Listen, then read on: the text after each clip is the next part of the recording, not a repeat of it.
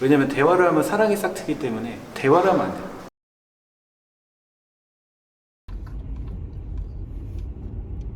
지금 입구에서 선생님을 만났습니다. 안녕하세요, 선생님. 안녕하세요.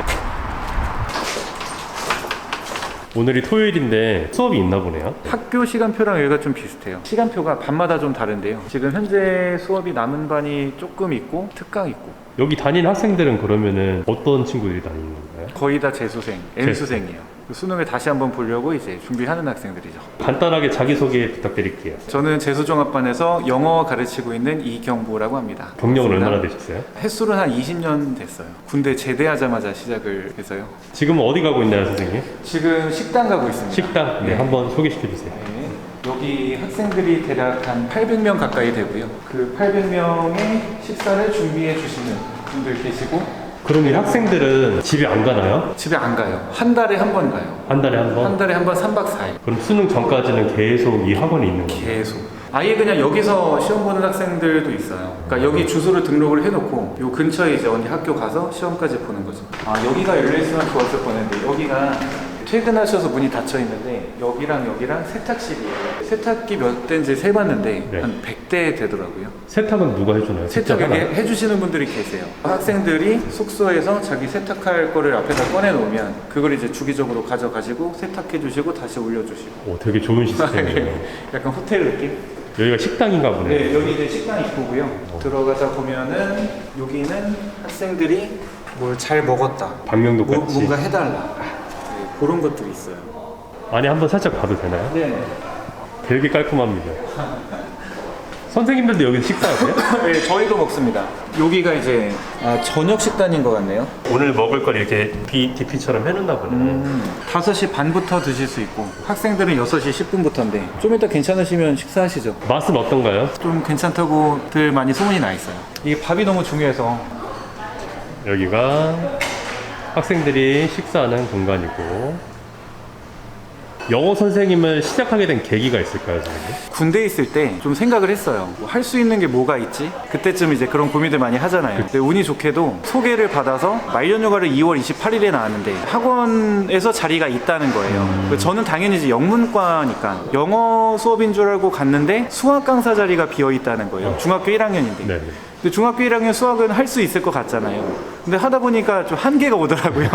가르치는 거랑 좀 다르니까. 그래서 당시에 이제 원장님한테 저는 영문과이니 영어를 가르치고 싶다라고 했더니 수학 선생님 따로 구해주시고 제가 영어를 가르치게 된 게 이제 2004년. 되게 오래되셨네요. 네, 하다 보니까 재미있는 거예요. 학생들하고 소통하는 것도 좀 재미있는 게 있고, 그러니까 적성이 맞는 것 같은 그런 느낌도 있고. 그래서 지금까지 쭉 하고 있어요. 그럼 첫 시작은 어느 지역에서 하신 거예요? 경주에서 했어요. 어쩌다 이렇게 서울 수도권까지 오시게 된 거예요? 원래 집이 이쪽인데 그 당시에 여러 가지 사정상 그쪽에 이제 가게 됐었고요. 이제는 지금 요 근처에서 하고 있고요. 공부 당연히 잘하셨겠네요. 처음에 이제 갔던 학교가 공부를 아주 잘하는 학교는 아닌데 나중에 편입 준비를 해서 또 그걸 통해서 이제 학교를 좀 옮겼어요. 그래서 좀 뭐 잘했던 편입니다.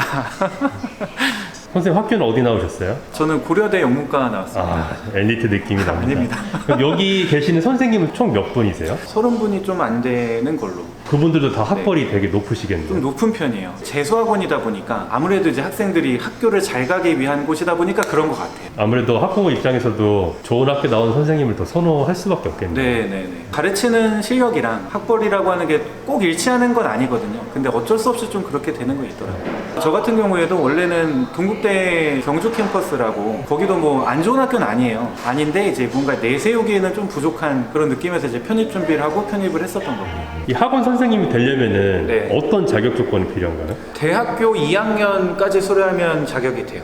아무 대학이나? 아무 대학이나. 그게 19년에 바뀌었다고 들었는데 그 전에는 이제 대학교를 마쳤어야 되는 상황이에요. 지금은 그냥 2학년만 마치면 아무나 할 수 있습니다. 어떤 과정을 통해서 입사라고 해야 되나? 네네네.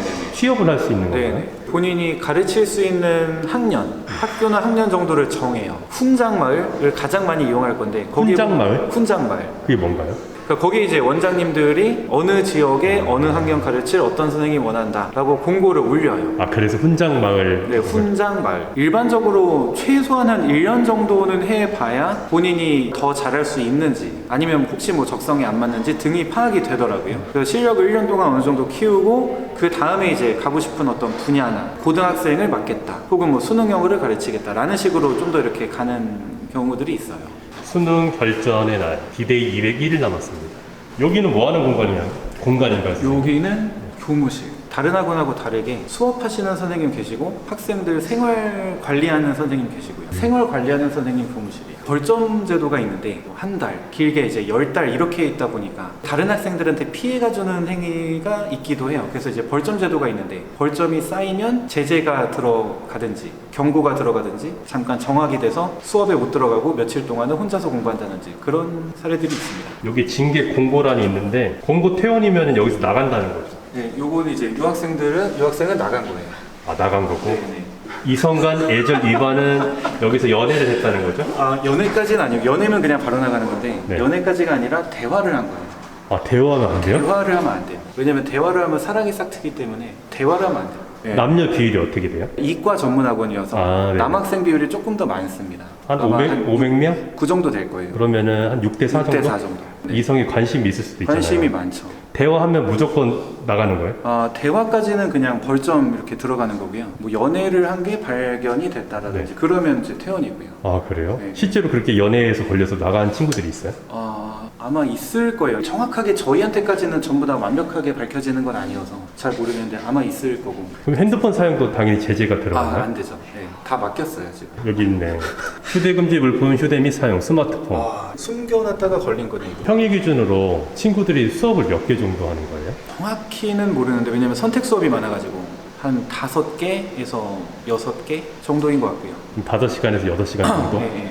나머지 시간은 특강이 있어요. 아, 특강이 또 따로 있고. 네, 특강이 있어서 그거는 본인이 이제 신청하고 싶으면 신청해서 듣는 거고요. 특강을 신청하면 돈을 더 내야 돼요. 돈을 더 내죠. 아, 그래요? 근데 돈 얘기가 나와서 여쭤볼게요. 네네. 한 달 단위로 금액을 지불하는 건가요? 아니면은 연으로 하는 건가요? 네, 한 달 단위로 하고 있습니다. 금액이 얼마인가요? 한 달 수강료를 제가 정확히는 알진 못하는데 350 정도로 알고 있습니다. 그럼 350에 먹여주고 재워주고 공부해주고 네네. 다 포함돼 있고 네, 다 포함. 아까 세탁도 이렇게 다 해주는 거고 네네네. 여기 있는 시설 같은 경우도 다 이용할 수 있는 거고 다 이용할 수 있고요. 공부에만 전념할 수 있게 하고 수강료는 그렇게 받고 있고요. 그럼 월요일부터 일요일까지 공부만 계속 하나요? 계속 공부하고요. 일요일도 공부를 해요. 일요일도 수업이 있어요? 일요일도 특강 같은 경우 이제 수업이 있거나 아니면 모의고사를 풀거나 그렇게 하는데 그럼 학교 수업처럼 50분 수업하고 10분 쉬고 또 다음 수업하고 이런 건가요? 네, 맞아요. 점심 시간이 1시간 20분. 조금 1시간 긴 20분. 편이에요.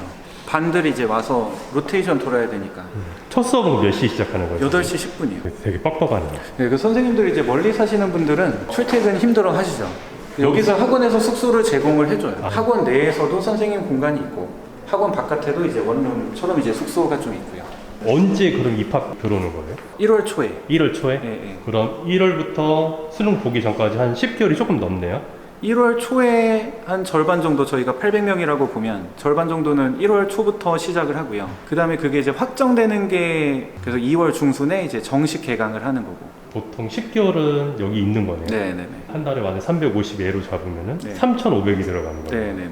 굉장히 큰 좀 금액입니다. 큰 돈이죠. 사실 올해 같은 경우에 기숙학원이 전체적으로 조금 어려워요. 아무래도 경기가 안 좋다 보니까 전국 전체적으로 기숙학원이 올해는 좀 어렵다고 하더라고요. 모집이 좀 덜 됐다.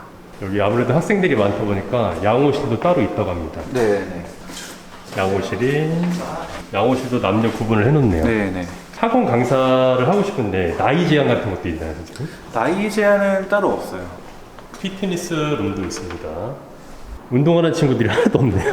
지금은 수업 시간이어서 운동하는 시간이 아니어서 이 상태가 맞는 거예요. 그리고 모니터도 아마 안 나올 거예요. 그 전자기기가 아예 안 되니까 TV도 안 나와요, 그럼? 안 나와요. TV도 못 보게 하는 거예요? 네. 운동할 때도? 네네네. 애들이 그런 문화와 되게 단절되겠네요. 완전 단절돼 있죠. 밖의 소식도 어떻게 뭐 통하면서 알게 되기도 하는데 부모님과 통하는 오. 시간에 근데 잘 모르는 경우도 많고요. 그 다음에 저기 방금 지나가는 여학생이 선생님 멋있다고 따본 거 같습니다. 네네네. 네. 팬클럽도 있나요 여기? 아, 팬클럽은 아니고요. 유대가 좀 쌓일 수밖에 없는 게 학생들 입장에서는 다른 사람들이 없거든요. 그래가지고 그냥 대화도 조금 더 이제 자연스럽게 많이 하게 되는 편이고요. 이 학생들 택배인가 보네요. 네. 부모님들이 간식이나 약 같은 거, 뭐 한약이나 이런 것도 많이 보내주시고요. 학생들이 책 주문하는 경우도 있고. 일주일 기준으로 며칠 정도 출근하세요? 제가 주 5일 하고 있어요. 오늘 토요일인데 출근하는 날이세요? 저는 이제 휴무일이 수요일, 일요일. 아 수요일, 일요일? 네, 주중에 하루 정할 수 있고요.